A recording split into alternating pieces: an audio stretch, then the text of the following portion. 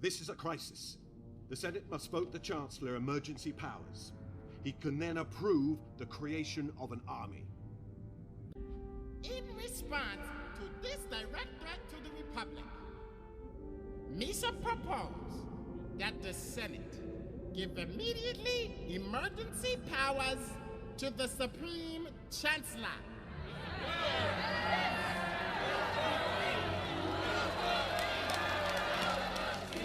It is with great reluctance that I have agreed to this calling. I love democracy. I love the Republic. The power you give me, I will lay down when this crisis has abated. The Chancellor is not a bad man, Obi-Wan. Anakin, our allegiance is to the Senate, not to its leader, who has managed to stay in office long after his term has expired. The Senate demanded that he stay longer. Yes, but use your feelings, Anakin. Something is out of place.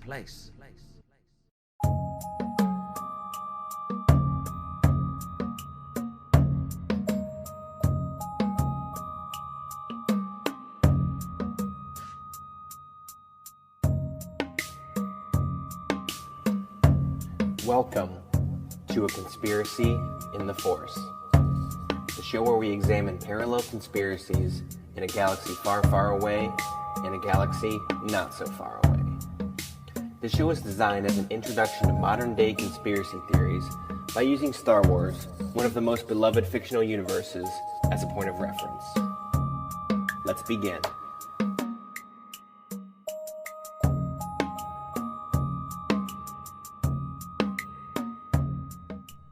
Hey, Conspiracy Kyle here. If you like this podcast, please rate, subscribe, and review wherever you listen to podcasts. It greatly helps out the show, and it's much appreciated. Also, please follow me on Twitter and Instagram at conspiracy_Kyle, and that's conspiracy with a K. Also, follow me on YouTube at Conspiracy Kyle, once again with a K. And also, now you can find me on the Rockfin Network at rockfin.com with new exclusive content. Now on to the show. This episode is titled, The Emperor's New Term Limits.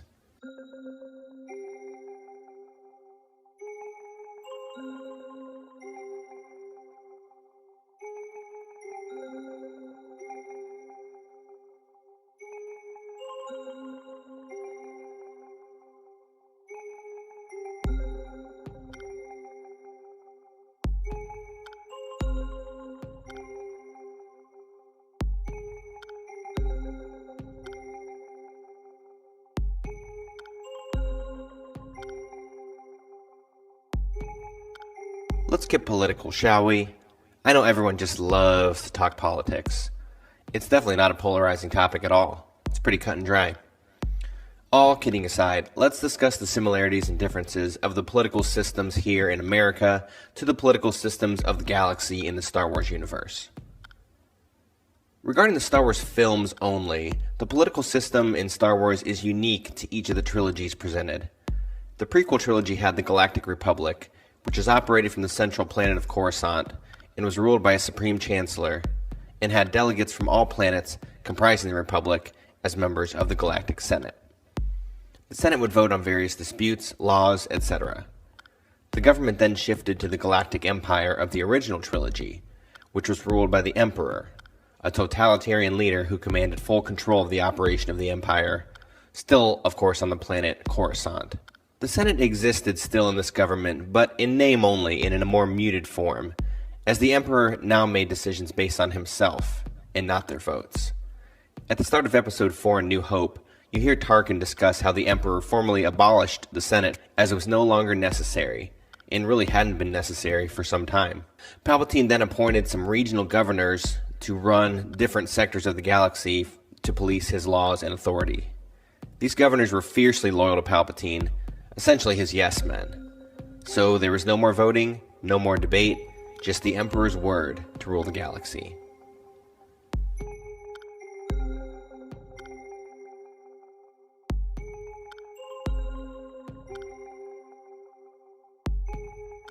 And then in the sequel trilogy, after the Empire fell, we see essentially two different governmental systems appear. At the beginning of the trilogy, we find out the Rebel Alliance leaders reformed the Republic of old as the New Republic and reconstituted the Galactic Senate. This would once again allow for peaceful discussion, debate, and votes on various problems throughout the Republic's systems. In contrast to the previous governments, which were based solely on Coruscant, the New Republic instituted a cyclical government capital, which shifted between planets on a rotating basis. You can think of this in regards to companies who hire people and have them do a 3-year rotation, 1 year in 3 different departments, to help give them a good, well-rounded base of experience in different areas. However, the dream of this New Republic utopia was shattered when the First Order, a sect rising from the ashes of the Empire, launched their superweapon Starkiller Base on the Hosnian Prime system, the current location of the Republic headquarters. This completely destroyed the new government that had been built. After this happened, there was really no formal government left in the universe, so it almost turned into a sort of anarchy. Now, we'll need to talk about the Resistance. The Resistance was like an NGO, or non-governmental organization, of the New Republic, which didn't necessarily have political leaders. They more or less had military leaders. They were the ones who ran the attack on Starkiller Base to destroy it on behalf of the Republic.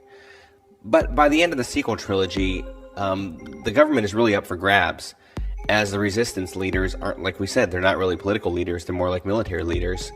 So it's somewhat up for grabs as to who will take hold of this galactic governmental system. Quick 30-second pause to tell you about Anchor, which is the easiest way to make a podcast. Let me tell you a little bit more about it. It's free. There's creation tools that you can record and edit right from your phone or computer. Anchor will distribute the podcast for you to every platform, and you can make money from your podcast with no minimum listenership. It's basically everything you need to make a podcast in one place. It's how I made my podcast. I had no idea what I was doing, but Anchor made it so efficient and easy. So download the free Anchor app now or go to Anchor FM to get started. Now back to the show.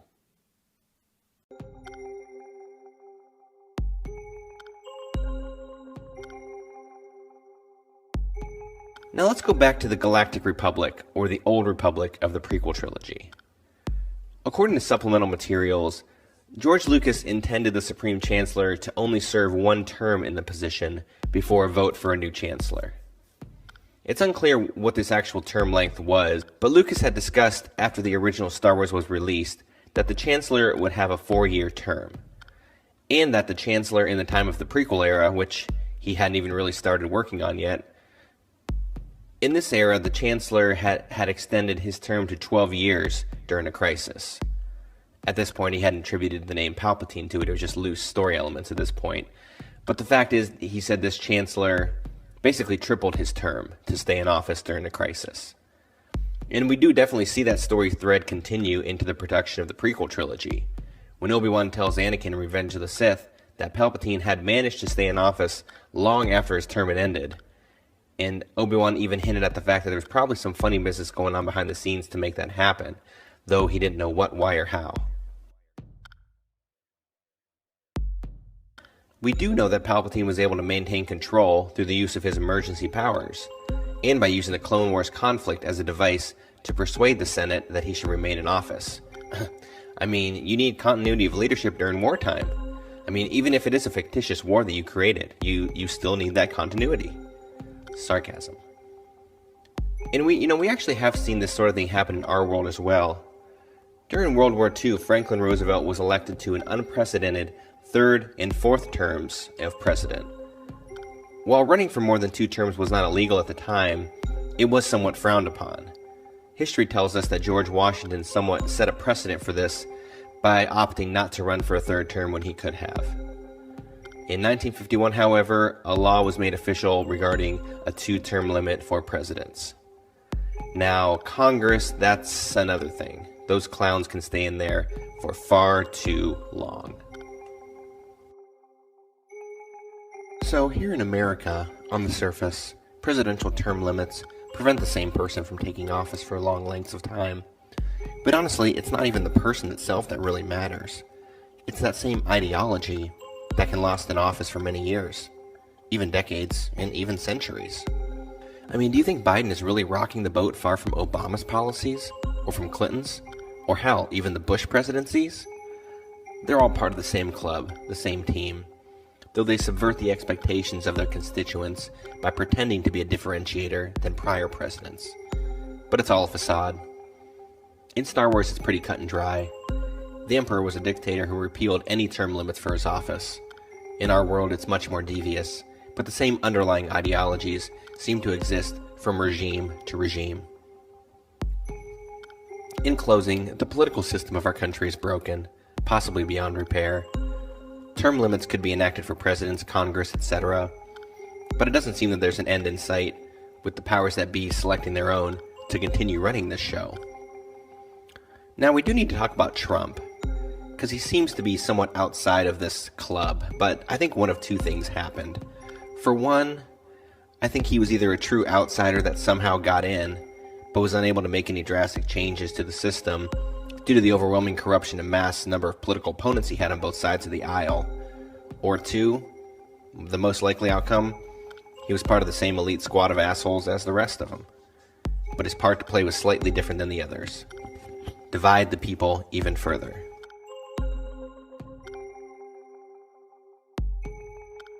Take care of yourselves, and your family, and your friends. In some ways, it's best to not even participate or pay attention to this political game, as all it does is drain our positive energy. But it's sometimes unavoidable. But we can at least place our own limits on how much we let them affect our lives. May the Force be with you.